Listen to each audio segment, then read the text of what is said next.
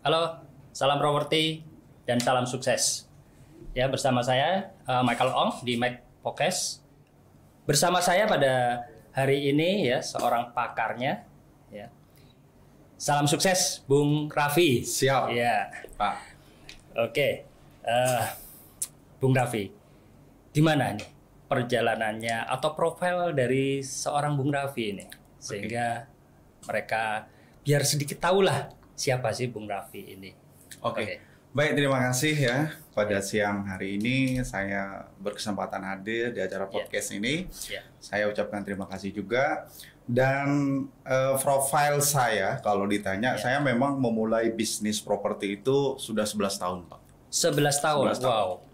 Dari mulai saya kuliah, ya saya sudah memulai bisnis properti ini dari mulai agent-agent tradisional waktu itu. Oh, masih dari dasar pemasaran dulu ya? Pemasaran, ya. Bukan ke arah developer, bukan arah ke pengembang, bukan ya? Bukan. Tapi masih membantu memasarkan sebagai agent ya? Oke. Jadi waktu saya memulai terjun di dunia properti itu kan waktu saya mulai mahasiswa, terus habis mahasiswa saya coba mengajar mengajar, habis mengajar saya lepas, habis itu saya lebih fokus di properti dan masuk ke beberapa agent profesional juga dan pada satu titik juga pernah ikut ke beberapa perusahaan nasional. Terus pada akhirnya saya juga melakukan bisnis lebih ke developmentnya ya, jadi developer propertinya. Oh, nggak salah Bung Raffi ini juga sebagai profesional developer ya? Benar. Apakah itu sejenis dengan konsultan? Ya, jadi saya kesibukan saya sebenarnya sekarang ini ya lebih banyak sebagai konsultan sebenarnya. Konsultan sebagai developer konsultan developer ya. Kebetulan saya juga praktisi developer juga ya. Karena pengalaman sudah cukup lama, jadi itu sebenarnya sharing ya, sharing ke teman-teman developer yang susah exit. Mereka kan kebanyakan developer itu, kalau saya ngajar saya juga trainer Pak di bidang di developer juga. Saya punya klub namanya itu billionairepropertyclub.com.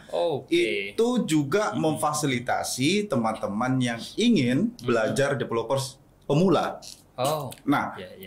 Jadi dari pengalaman yang saya hampir 11 tahun itu saya kumpulkan, awalnya sharing, terus teman-teman saya dimintakan untuk sebagai konsultannya mereka. Akhirnya saya profesionalkan, dan sebenarnya bulan ini kita ada seminar juga, Pak. Oh, di bulan Februari ini ada seminar. Ya, kita kolaborasi dengan beberapa developer lain juga. Jadi pembicara ini praktisi semua.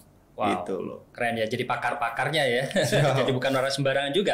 Nah, jadi ini boleh dikatakan udah paket lengkap ya Bung Raffi ya. Siap. Jadi dari ilmu pemasaran juga sudah ada ya. Kemudian ilmu developer ada, bahkan ya sebagai konsultan developer ya. Sebagai konsultan developer di sini. Jadi para pemirsa kalau misalkan mempunyai suatu lahan yang butuh konsultan ini untuk dikembangkan ya, diproses, dikonsepkan, itu bisa minta bantuan dengan Bung Raffi. Siap. Gitu ya. Jadi dalam hal ini nggak melulu saya punya duit, udah pokoknya masuk jadi developer, nggak semudah itu ya. Jadi harus ada konsep-konsep. Jadi ada ininya. Kalau kita ngomong developer, ya jadi memang ada stepnya. Ya, step pemula ada middle-nya juga, ada juga pemain kelas kakap juga. Tapi identiknya memang pemain developer itu selalu dengan orang-orang yang punya duit, Pak. Betul. Terus selalu bisnisnya ini padat modal, ya. Terus orang-orang yang memang punya link. Betul. Nah, tapi sebenarnya kalau kita pelajari itu sebenarnya tidak seribet dan tidak sesusah yang mereka bayangkan sebenarnya. Gitu ya. Iya. Ya, jadi di komunitas kita, teman-teman kalau ingin belajar jadi developer pemula bisa gitu. Apapun latar belakang Anda pun bisa menjadi developer. Yang saya maksud developer di sini adalah memulai dari hal-hal kecil, Pak.